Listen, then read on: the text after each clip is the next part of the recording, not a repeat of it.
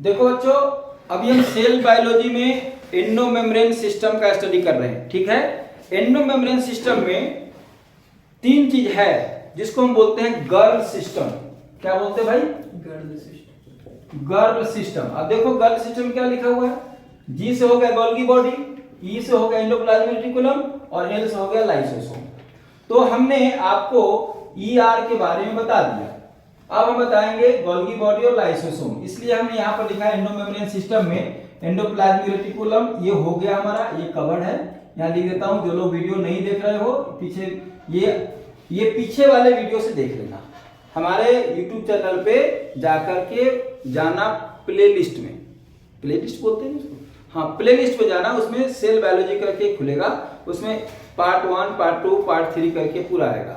तो आप उसको जाइए और आराम से कॉपी पेन रख लो, कान में रखो ईयरफोन, टेबल बैठो आराम से, 1 बाय 1 के लिखते चलो। लिखने को बोलते हैं पढ़ाई करना, खाली पढ़ने से कुछ नहीं होता।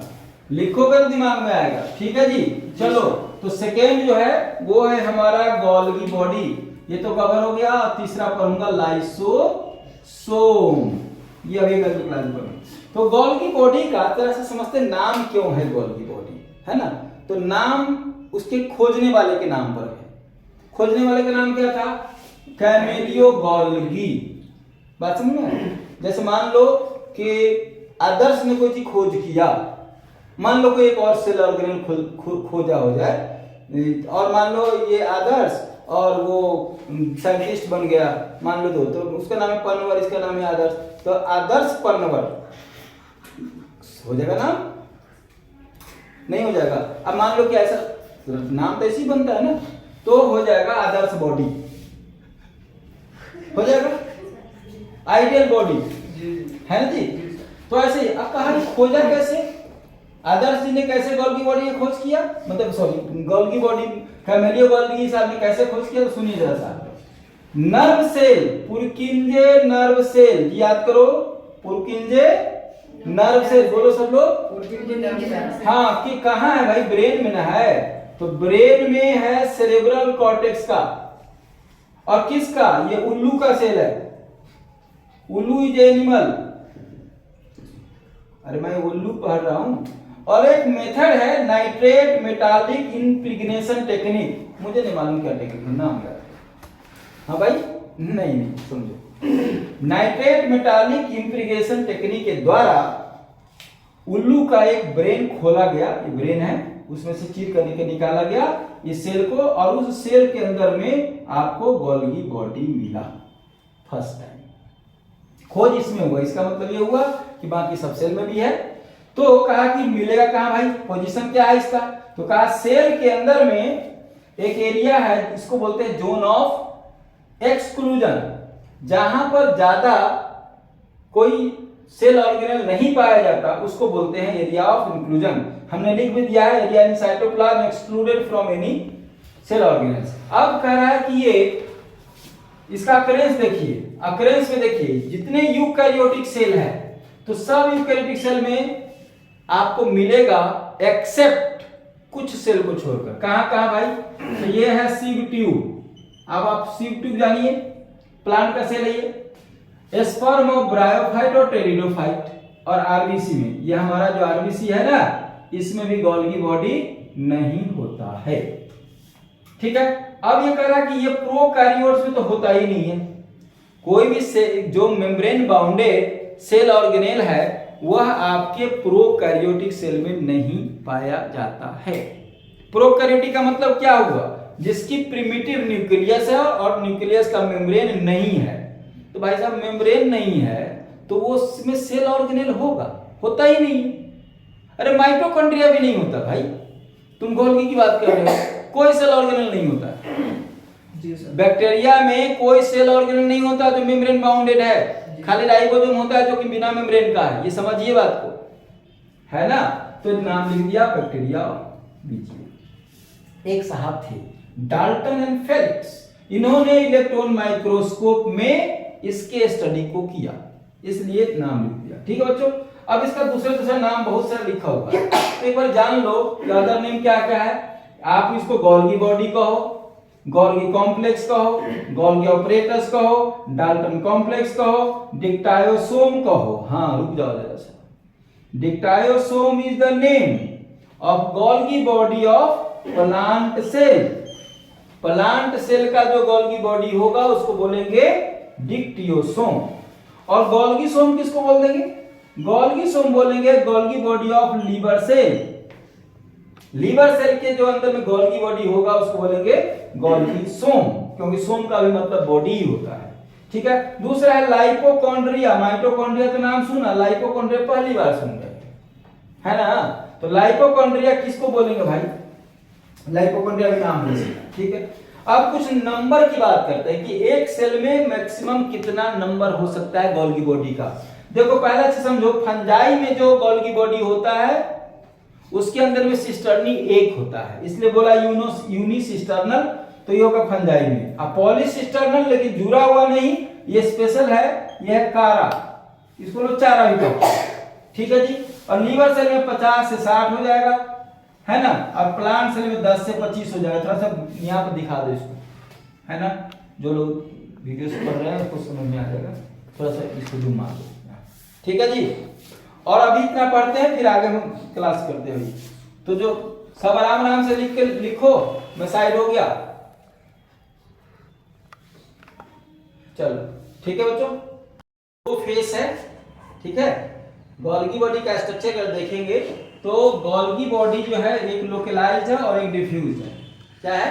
Localised and diffuse. लोकलाइज्ड का मतलब क्या हुआ कि जैसे मान लो कि ये सेल है और इस सेल में आपका ये न्यूक्लियस है, ठीक है। और यहाँ से ये मतलब फैलता हुआ, या ऐसा मान लो कि ये ऐसा ऐसा है, ऐसे करके ऐसा, ठीक है, ऐसे। तो ये प्लाज्मा मेम्ब्रेन और न्यूक्लियस के बीच में, ये न्यूक्लियस के बीच में जो गोल्गी बॉडी है, जीबी करते हैं गोल्गी बॉडी को, उसको बोलते हैं लोकलाइज्ड। ठीक है। और ये ज्यादा एक्टिव है, ये ध्यान रखना, लोकलाइज ज्यादा एक्टिव है। ये पाया जाता है वर्टिब्रेट्स में, हम लोगों में पाया जाता है ये। इसी का दूसरा भाई डिफ्यूज्ड बोलते हैं, ये पाया जाता है अराउंड द न्यूक्लियस, मतलब ये न्यूक्लियस है ऐसे और इसके चारों तरफ में ऐसे पाया जाएगा, ऐसे बिखरा रहेगा चारों तरफ में। ठीक है। तो ये हो जाएगा अराउंड द न्यूक्लियस। ठीक है। मतलब जैसे ऐसे रहेगा, ऐसे ऐसे चारों तरफ से रहेगा, ऐसे करके ऐसे ऐसे करके। ये लेस एक्टिव और इनवर्टिब्रेट में पाया जाता है। अगर हम इसके स्ट्रक्चर की बात करें कि क्या क्या कंपोनेंट होता है स्ट्रक्चर में, देखो मैंने कहा गर्भ सिस्टम में कि एंडोप्लाज्मिक रेटिकुलम से ही बनता है गोल्गी बॉडी, उसी से बनेगा लाइसोसोम। ठीक है। सब इंटरकनेक्टेड है ये तीनों फिनोमेना। मतलब ईआर से गोल्गी बॉडी, गोल्गी बॉडी से मतलब लाइसोसोम। ठीक हो गया। तो कहा कि हमने आपको बताया था कि एंडोप्लाज्मिक रेटिकुलम में सिस्टर्नी है, ट्यूबुल्स है, वेसाइकिल है। यहाँ पर एक और कंपोनेंट ऐड हो रहा है, उसको वैक्यूल बोलेंगे। बस। तो देखो सिस्टर्नी कैसा है, बैग लाइक स्ट्रक्चर है, सैक लाइक स्ट्रक्चर है, फ्लैटेंड है और पैरेलली अरेंज्ड है। ठीक है। इंटरकनेक्टेड है एक दूसरे से और पोलैरिटी इसकी डेफिनिट है कि जो भी पोलैरिटी है या निश्चित रूप से यह डिफाइंड पोलैरिटी है कि इधर में वो है सीस है, उधर ट्रांस है। ठीक है। और इसका जो एंड वाला पार्ट है वो फुला हुआ रहता है, ये मतलब ऐसे करके ऐसे एंड पर फुला हुआ रहेगा, ऐसे। ये स्वेलन पार्ट बोलते हैं इसको। ठीक है जी। आइए इस तरह से ट्यूबुल्स क्या है, पेरिफेरल है, परिधि पे है, ब्रांच और ब्रांच दोनों होगा। ये कहां से होगा? ये सिस्टर्नी से ही बनेगा ड्यू टू फेनेस्ट्रेशन, टूट करके। इंटरकनेक्टेड है ये। वेसाइकिल कैसा है? लार्ज राउंडेड सैक है, present at the edge of cisternae. यह सिस्टर्नी के एज पर मौजूद है, आप देख सकते हैं यहाँ फिगर में। ये आप देखो इसको, ये वेसाइकिल है, यहाँ लिखा हुआ वेसाइकिल, सिस्टर्नी और ट्यूबुल्स वाला ये है जुड़ा हुआ इसको। ठीक है ना। तो ये एक स्ट्रक्चर है। और वैक्यूल क्या है? लार्ज साइज है और रिजल्टेंट कॉपीज है ये प्राइमरी लाइसोसोम यहीं से बनेगा। ये बड़ी बात है, प्राइमरी लाइसोसोम गोल्गी बॉडी के वैक्यूल से बनता है। प्राइमरी लाइसोसोम कहां से बनता है? गोल्गी बॉडी से बना, उसमें भी कौन स्ट्रक्चर से? वैक्यूल से बना। और ये किस फेस पे बनेगा? आपके सामने में ये स्ट्रक्चर देखो तो इसके दो फेस है, ट्रांस फेस और सीस फेस। ठीक है ना। ये कनकेव है तो इसको हम बोलते हैं concave face, mature face, distal face, सब नाम एक ही है। उसी का उल्टा फेस है ये। तो गोल्गी बॉडी का दो किनारा हो गया, जैसे हम लोगों का एक है ना भाई कि सर है और पैर है, दो किनारा है, आगे है पीछे है। तो ऐसे ही गोल्गी बॉडी में दो किनारा है जी।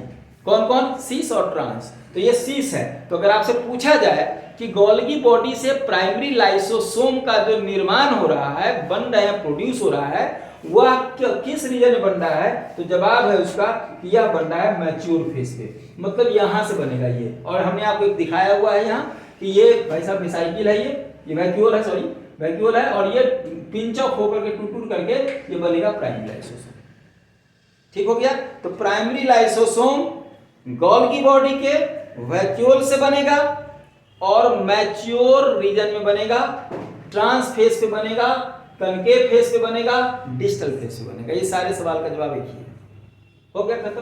तो ये हो गया स्ट्रक्चर के रिगार्डिंग। अब हम आपको ले चलते हैं इसके फंक्शन के रिगार्डिंग। मैं बताऊंगा आपको गोल्गी बॉडी का मेन फंक्शन, जानते हो क्या? मेन फंक्शन है उसका सिक्रीशन। काम छोटे मोटे और भी है ना, और भी कई काम कर सकते हैं, लेकिन मेन जो उसका मतलब है, जैसे मैं टीचर हूं तो मैं बायोलॉजी पढ़ाता हूं, तो क्या मुझे थोड़ा बहुत हिंदी नहीं आती होगी? आती ही होगी। मुझे संस्कृत भी आती होगी, हो सकती है, लेकिन मैं उसका एक्सपर्ट नहीं हूं। एक्सपर्ट मैं बायोलॉजी का हूं। तो कहा गोल्गी बॉडी के और भी कई काम हम आपको गिनाएंगे, लेकिन मुख्य काम जो गोल्गी बॉडी का है वो है सिक्रीशन। माउथ में सलाइवा का सिक्रीशन, आंख में लक्रीमल का सिक्रीशन, कान में सेरिमिनस का सिक्रीशन, साइनोवियल फ्लूइड का सिक्रीशन, सेरेब्रल, जितने भी सिक्रीशन आप बॉडी के अंदर देख रहे हो, उस सब का रिस्पॉन्सिबल जो पर्सन है वो है गोल्गी बॉडी। ठीक है? बाकी और भी काम देखेंगे, पैकेजिंग, फलाना ढिकाना सब देखेंगे। तो अभी हम आपको उस पर ले चलते हैं, फंक्शन ऑफ गोल्गी बॉडी। इतना लिखो पहले, भाई साहब साइड हो गया, जल्दी से नोट कर लो। हमने आपको अभी बता रहा हूं मैं कि आपको गोल्गी बॉडी का स्ट्रक्चर डिस्कस कर दिया हमने आपको। अब हम डिस्कस कर रहे हैं गोल्गी बॉडी का फंक्शन। ठीक है जी? यहां देखो, गोल्गी बॉडी का जो मेन फंक्शन है वो क्या है बच्चों? सिक्रीशन। बॉडी के अंदर में कहीं भी कोई चीज स्रावित हो रहा है, सिक्रीट हो रहा है, कोई चीज निकल रहा है किसी सेल से, उसको हम सिक्रीशन बोलते हैं। समझे कि नहीं? जैसे ग्लैंड्स है या कहीं से भी निकल रहा है, तो वहां पर अगर सेल के अंदर जाएंगे कि कौन सेल ऑर्गेनेल रिस्पॉन्सिबल है सिक्रीशन के लिए, तो आपको जवाब मिलेगा कि गोल्गी बॉडी। तो main function of Golgi body is secretion. ठीक है? तो मैंने यहां लिखा हुआ है कि मेन फंक्शन है जो सिक्रीशन है जी। और सेकेंडरी फंक्शन क्या है इसका? Storage and packaging of material. कोई भी चीज हमारे बॉडी में स्टोर होगा और पैकेजिंग, ढंग से पैकिंग होगा बॉडी के अंदर में। ठीक है? वो भी काम गोल्गी बॉडी का है, इसलिए इसको कहा जाता है ट्रैफिक पुलिसमैन ऑफ सेल।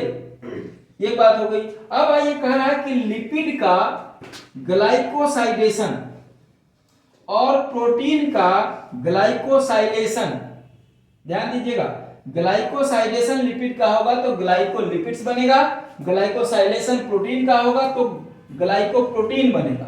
और ये दोनों ही चीज मिल करके बनाता है सेल का सेल कोड, प्लाज्मा मेम्ब्रेन के ऊपर में रहता है, और ग्लाइकोकैलिक्स कहते हैं इसको।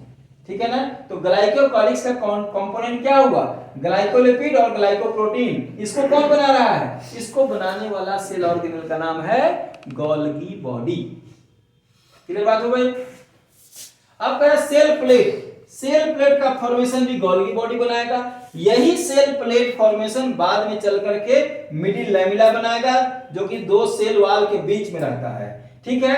और कह रहा है कि गोल्गी बॉडी का कौन सा पार्ट बनाएगा? तो वेसाइकिल और गोल्गी बॉडी बनाएगा, इसलिए इसको फ्रैग्मोप्लास्ट भी बोलते हैं।